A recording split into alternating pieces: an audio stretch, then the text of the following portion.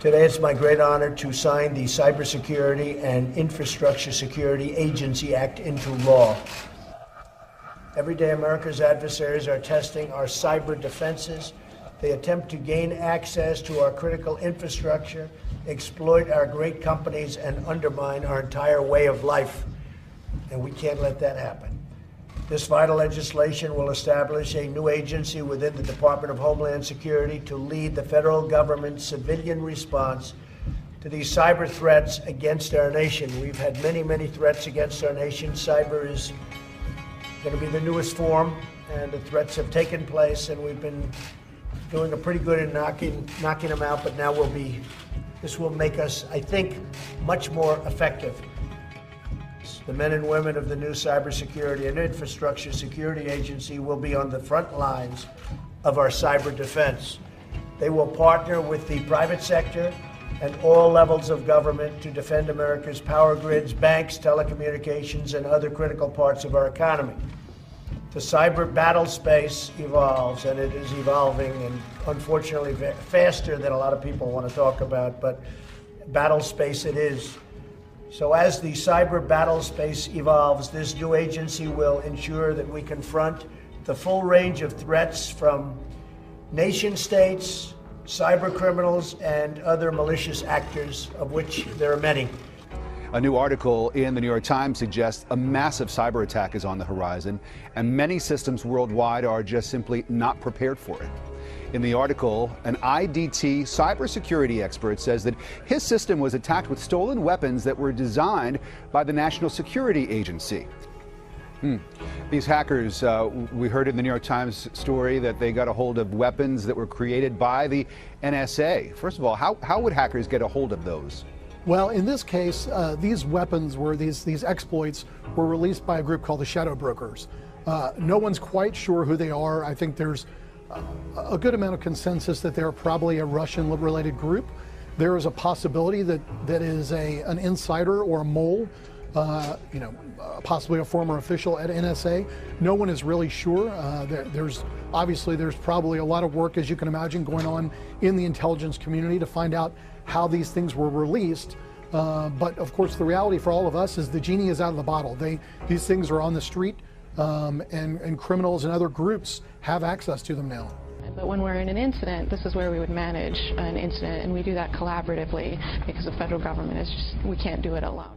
Talking about a powerful electromagnetic pulse that they say could knock out entire cities in the U.S. It seems to me the stakes have gotten higher when this is not just a hydrogen bomb, which is massive enough, scary enough, but when you walk through this, what exactly is an EMP? It's the burst of radiation when a nuclear weapon is detonated above the Earth. No blast felt on Earth, but the electromagnetic fields still reach the surface. And the bottom line is that the aim of this is to knock out power in much of the U.S. And the claim from experts is that outages could last for months, affecting hospitals, emergency services, food, and water.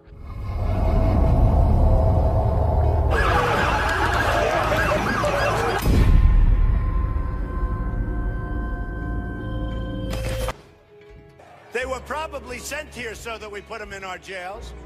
Because to put them in our jails, they didn't pay the electric bill. To put them, oh, I like that much better. Oh. No, get those lights off. Off. Turn them off. They're too bright. Turn them off. Turn them off. Let's go. Ready? Turn off the lights. Turn off the lights. CBS News has learned Russian hackers were able to gain access to the control rooms of U.S. electric utilities last year. Federal officials say the hackers work for a state-sponsored group known as Dragonfly or Energetic Bear.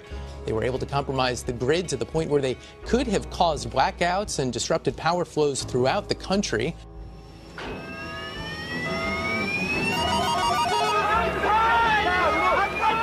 Unless we make decisions now, within 5 years, our electricity will start to run out. Growing concern over whether the U.S. is actually prepared to respond if our power grid is compromised, to cybersecurity expert Morgan Wright. Morgan, Ironically, I think where I read is that one of the good things we have going for us is our grid is so old, it might be, it might not be smart enough to be compromised. Yeah, look, all you have to do, Charles, is watch a natural disaster, and you'll see that our power grid is still fragile. We're doing a lot better at protecting it, but that's the problem. You know, it's kind of the analogy of saying, well, I can go 2 rounds with Mike Tyson back in the day. Yeah, well, you still can't go 15. We've got to be able to go that full 15 rounds and survive a direct attack. Look, Russia's been using Ukraine as their punching bag for a lot of years, so our lessons we need to learn are from watching what they're doing in Ukraine right now. Yeah, I remember it wasn't long ago when we had a major power outage in the Northeast that was caused by a small incident in Canada. So it stands to reason we're extraordinarily vulnerable, and we've been vulnerable for a long time. Why don't we fix this? Look, you know, if you look at the patchwork that is called the energy grid, I mean, it is a collection of a lot of different things, a lot of different power stations, a lot of different technologies.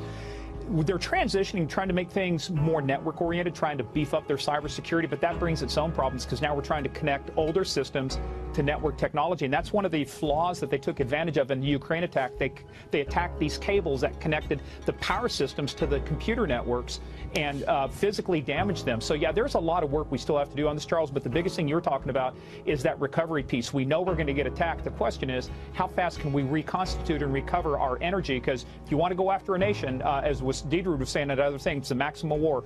Go after their power, go after their water, and you can bring a nation to its knees. Think about what happens if the electric grid were to go down.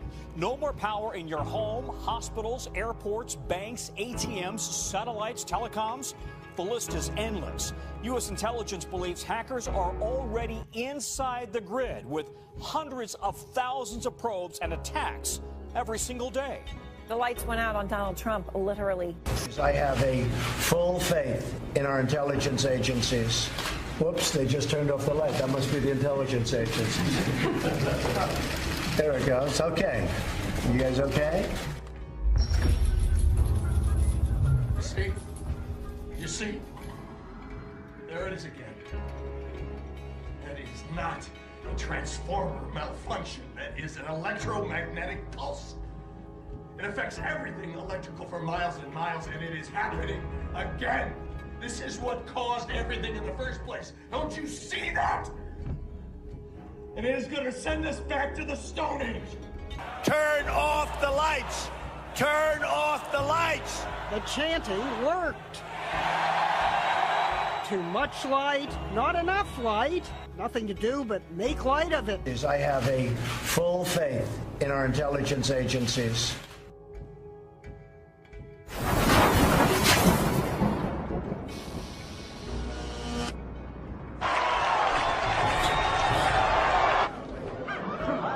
Now we're seeing the probing or targeting of utilities in the United States. Why it's disconcerting is that there's capability, growing capability, but also it's showing intent. It's already happened.